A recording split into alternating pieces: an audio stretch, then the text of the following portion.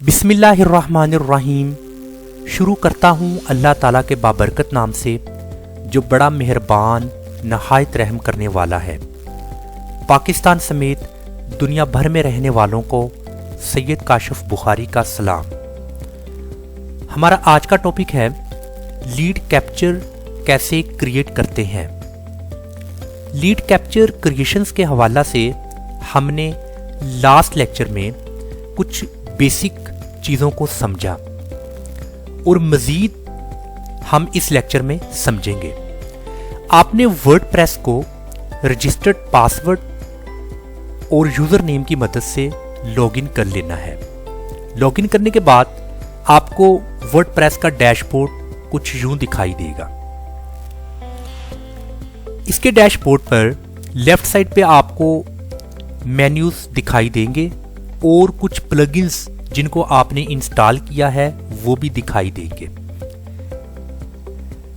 Lead capture creations के हवाला से हमने एक प्लगइन को इंस्टॉल किया है MC4WP मेलचिम्प फॉर वर्डप्रेस। आपने इस पर जस्ट एरो लेकर आना है और यहां पर इस फॉर्म के ऑप्शन को क्लिक कर देना है। जब आप इसको क्लिक करेंगे तो आपने इस फॉर्म का टाइटल जो भी देना चाहते हैं अपनी मर्जी से आप इसका टाइटल लिख सकते हैं।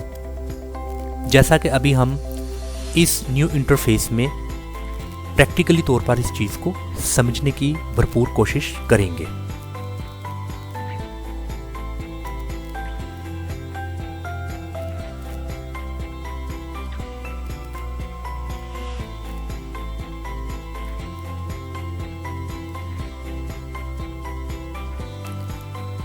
जी हाँ, हमने मेलचिम्प फॉर वर्डप्रेस के इस फॉर्म के ऑप्शन को क्लिक किया तो हमारे सामने कुछ ऐसा इंटरफेस आएगा।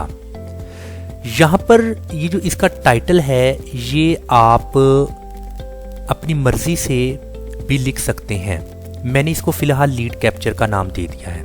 आप कुछ भी इसका टाइटल दे सकते हैं। मजीद आप स्क्रॉल डाउन कीजिए और ये पॉपअप विंडो है। यहाँ पर ईमेल एड्रेस लिखा हुआ है। सो मजीद यहाँ पर कुछ लिस्ट ऑफ फील्ड्स हैं। आप इनको भी इस पॉपअप विंडो में ऐड कर सकते हैं। ये डिपेंड करता है आपकी वेबसाइट और आपके नेचर ऑफ वर्क पर। जैसा कि मैं चाहता हूं कि मैं फर्स्ट नेम को भी ऐड करूं तो मैं जस्ट इसको क्लिक करूंगा। क्लिक करने के बाद यहाँ पर मैं चेक मार्क लगा दूंगा और इसको ऐड टू फॉर्म कर दूंगा। सो आप यहाँ पर देखें कि इस पॉपअप विंडो में ये फर्स्ट नेम फील्ड ऐड हो चुकी है। तो इसी तरह मजीद यहाँ पर डिफरेंट फील्ड्स हैं, आप इनको भी ऐड कर सकते हैं। इसके बाद है फॉर्म फील्ड्स। फॉर्म फील्ड्स में भी यहाँ पर कुछ लिस्ट दी गई हैं। इनमें एग्री टू टर्म्स इसको भी आपको ऐड करना होगा। वो क्यों? क्योंकि इंटरनेशनल लॉ के मुताबिक आप किसी भी कस्टमर की इंफॉर्मेशन उसकी मर्जी के बगैर हासिल नहीं कर सकते। पहले आपको उस कस्टमर की इजाज़त लेना होगी, देन आप उसकी इंफॉर्मेशन को कलेक्ट करेंगे। सो एग्री टू टर्म्स को मैं इस पॉपअप विंडो का हिस्सा बनाना चाहता हूँ, मतलब इस फील्ड को यहाँ पर भी ऐड करना चाहता हूँ। सो मैं एग्री टू टर्म को क्लिक करूँगा। क्लिक करने के बाद ऐड टू फॉर्म कर दूंगा। सो आप यहाँ पर देखें कि इस पॉपअप विंडो में ये टर्म्स एंड कंडीशंस की जो फील्ड है वो ऐड हो चुकी है।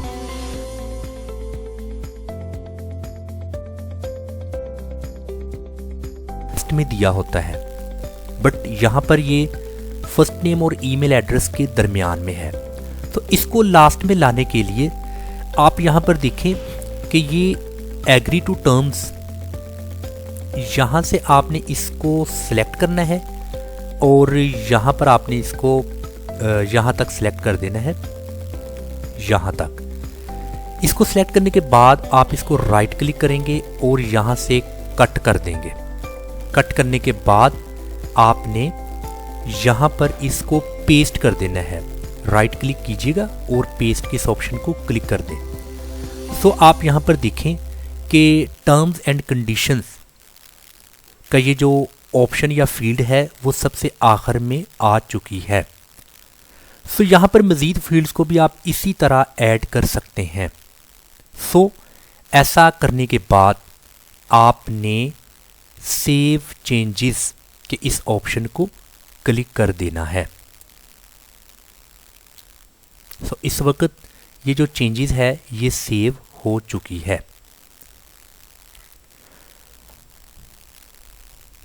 ओके, इसके बाद ये है मैसेजेस, इसको आपने क्लिक करना है और ये जो तमाम ऑप्शन आपको नज़र आ रहे हैं इनको आपने एज इट ऐसे ही रहने देना है, ये बिल्कुल ठीक है।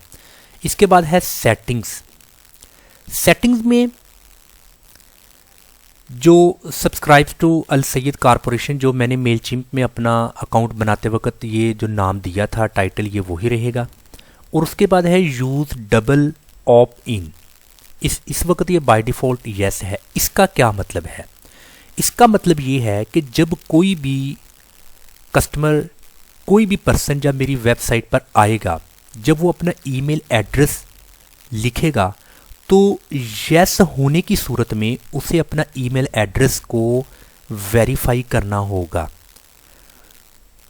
तो ज़्यादातर क्या देखा जा रहा है कि जब हम इस ऑप्शन को यस ही रहने देते हैं तो ज़्यादातर लोग अपनी ईमेल को वेरिफिकेशंस के लिए एक प्रॉब्लम समझते हैं।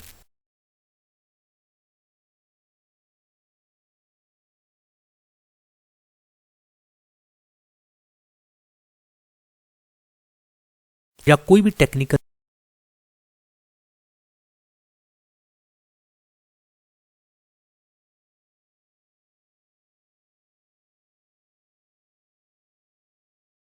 होगा। इसका मतलब ये होगा कि कोई भी पर्सन अगर मेरी वेबसाइट पर आता है तो पॉपअप विंडो ओपन होती है, देन उसको अपना ईमेल एड्रेस वेरीफाई करने की ज़रूरत नहीं होगी।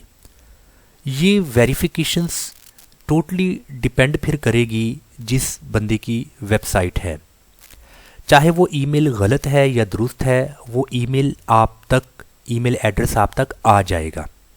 सो ज़्यादातर इस ऑप्शन को नो ही रहने देते हैं क्योंकि आपको ज़्यादा से ज़्यादा ईमेल्स एड्रेस चाहिए। सो अगर आप इसको यस कर देंगे तो हाफ ऑफ द पर्सन से ज़्यादा उसको वेरीफाई नहीं करेंगे तो आप तक ईमेल एड्रेस थोड़ी तादाद में पहुंचेंगे। नो की सूरत में आपको मैक्सिमम ईमेल्स एड्रेस मिलेंगे, तो इसलिए आपने इसको नो ही रहने देना है। इसके बाद आपने इसको स्क्रॉल डाउन करना है और स्क्रॉल डाउन करने के बाद यहाँ पर एक और ऑप्शन है redirect to URL after successful signups. जब कोई भी पर्सन इसको साइन अप कर देगा तो साइन अप करने के बाद उसको किस पेज पर आपको लेकर आना है, वो कौन से पेज पर लैंड करेगा, तो यहाँ पर आपने उस पेज का यूआरएल यहाँ पर आपने पेस्ट करना है। इसके लिए मैं यहाँ से एक न्यू टैब में इसको ओपन करता हूँ।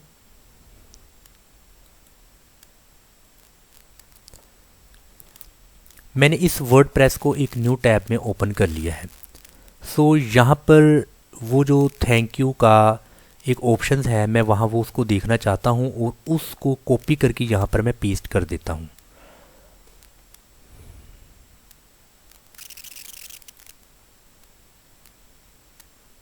इस वक्त ये डैशबोर्ड आ चुका है। इस पेजेस में मैंने ऑल पेजेस को क्लिक करना है। ऑल पेजेस में मैंने देखना है कि थैंक यू का पेज इसमें है या नहीं। अगर नहीं है तो मैं ऐड न्यू में जाकर वो एक नया पेज क्रिएट कर लूँगा। सो यहाँ पर थैंक यू का कोई भी पेज मौजूद नहीं है। सो इसी तरह आपको क्या करना होगा, आपने ऐड न्यू को क्लिक कर देना है। ऐड न्यू में आपने एक नया थैंक यू का पेज यहाँ पर क्रिएट कर लेना है।